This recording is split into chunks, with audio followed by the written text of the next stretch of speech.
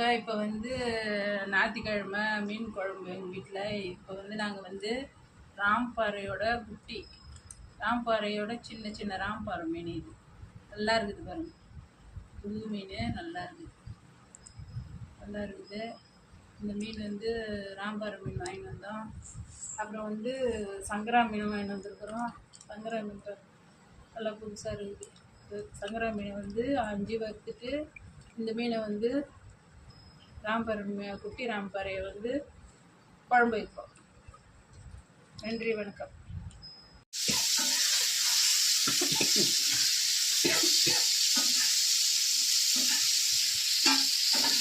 சங்கரா மீனும் அது என்ன மீன், ராம்பாறை மீனும் போட்டு குழம்பு. இப்போ வந்து மாங்காவை போட்டோம். இப்போ இந்த மாங்காய் வெந்ததுக்கப்புறம் தான் இப்போ வந்து நான் மீனை போடுவேன். கொதிக்கிட்டு பாருங்க, மாங்காவும் வெந்துருச்சிங்களா. இந்த டைமில் நம்ம என்ன பண்ணலாம், மீனை போட்டுடணும். ஏன்னா மாங்காயெலாம் வேகிறதுக்கு முந்தி போட்டோம்னா மீன் குழஞ்சிரும். பொடியாக இருக்குது மீன், குழஞ்சிரும். அதனால் நம்ம எல்லாம் கரெக்டாக வச்சுக்கின்னு தான் போடணுமே மீனை. இதெல்லாம் சின்ன சின்ன மீனுன்றதால இப்படி போட்டு அப்படியே நிறுத்திட வேண்டியது தான். இப்போ போடுறேன் பாருங்கள். நல்லா ஒட்டை புழிஞ்சிக்கணும் தண்ணி இல்லாமல்.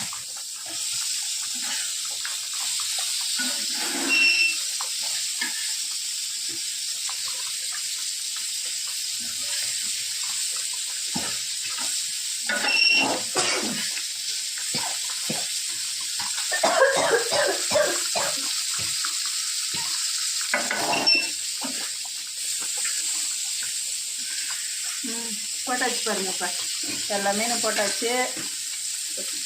இப்போ அப்படியே ஒரே கொதி தான். இப்படி கொச்சதும் நிறுத்திடணும், இல்லைன்னா மீன் வந்து வெந்து உடஞ்சிரும். பக்கத்தில் இருந்து நிறுத்திடணும். இப்போ பாருங்கள், ராம்பாறை குட்டி வந்து மீன். இது குட்டி மீன், இது வந்து சின்ன மீன். இது வந்து சங்கராவோட சின்ன மீன். இது வந்து எங்கள் வீட்டிலே அரைச்ச மிளகாத்தூள். இது போட்டு நல்லா அப்படி பிசைஞ்சிக்கணும். இப்போ இது வந்து வறுக்க வேண்டியது தான். இது வேறு எதுவும் நாங்கள் எக்ஸ்ட்ரா எதுவும் போடல, வெறும் மிளகாப்பொடி தான். இதிலே அங்கே மிளகாப்பொடியிலே வெந்தயம், ஜீரகம், இந்த வீடியோ கூட போட்டிருக்கேன் நான், மிளகாப்பொடி எப்படி வீட்டு மிளகாத்தூள் அரைக்கிறதுன்னு. இதுவே நல்லா வாசனையாக இருக்கும். அதனால் நாங்கள் எக்ஸ்ட்ரா எதுவும் போடல.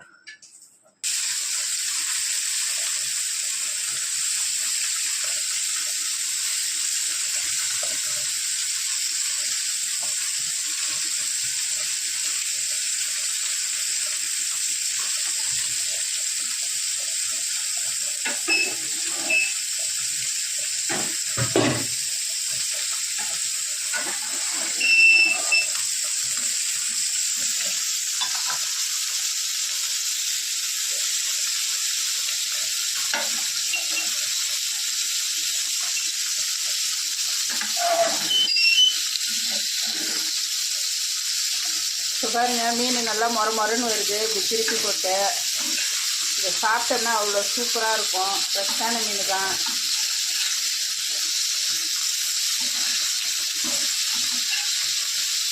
இதுமாரி வறுத்து சாப்பிட்டோம்னா உடம்புக்கு நல்லது.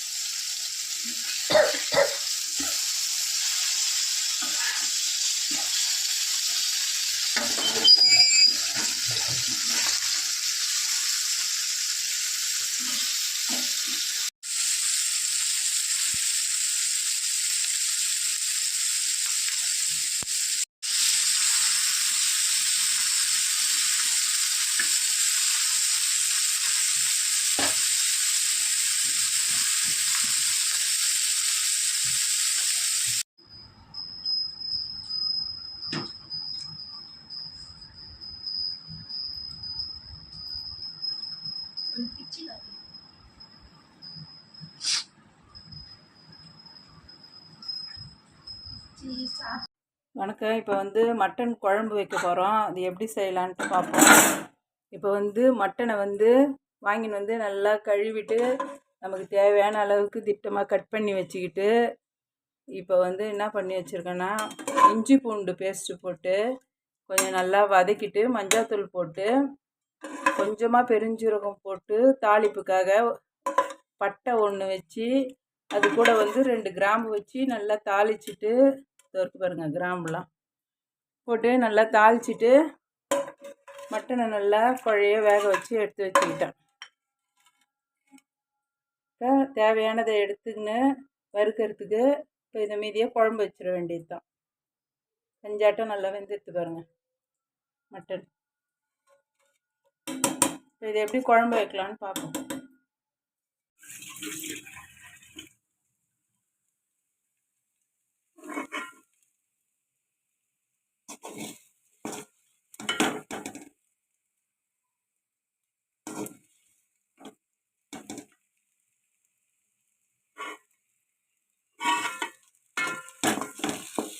பாருங்க, நல்லா சூப்பராக மொரன்னு இருக்கு பாருங்க. நல்லா மிளகாப்பொடி வாசனை எல்லாம் போயிடுச்சு. இப்போ நல்லா நம்ம எண்ணெய் ஊற்றி திருப்பி விட்டுக்கினே இருந்தோம்னா அந்த ஈரம்லாம் அடங்கினதுக்கப்புறம் இப்போ பாருங்கள் நல்லா மொறுப்பு தன்மை வந்துடுச்சு. நல்லா இதுமாரி செஞ்சு சாப்பிட்டோம்னா நல்லாயிருக்கும். குழந்தைங்களுக்கு கூட கொஞ்சம் கொடுக்கலாம், நல்லா சாப்பிடுவாங்க.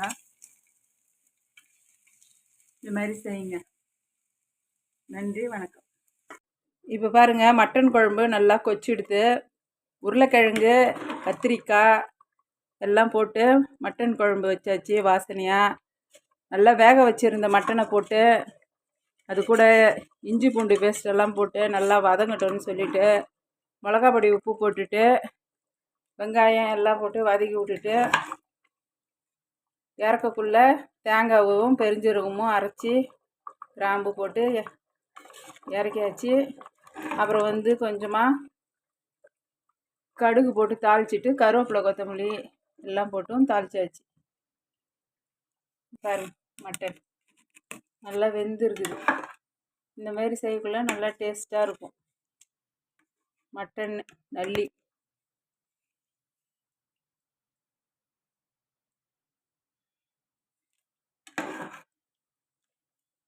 இந்த மாதிரி செய்யுங்க, நல்லாயிருக்கும். நன்றி, வணக்கம். இப்போ வந்து பூண்டு, இஞ்சி, கருவேப்பிலை, பட்டை, பெருஞ்சீரகம், கிராம்பு இதெல்லாம் அப்படியே வச்சுருக்கிறேன். இப்போ இது வந்து நான் வந்து உரலில் வந்து இடிக்க போகிறேன். இப்போ வந்து நம்ம வந்து கறி வந்து மட்டன் வந்து இப்போ வறுக்கலாம். மட்டன் எப்படி வறுக்கலான்னு பார்ப்போம்.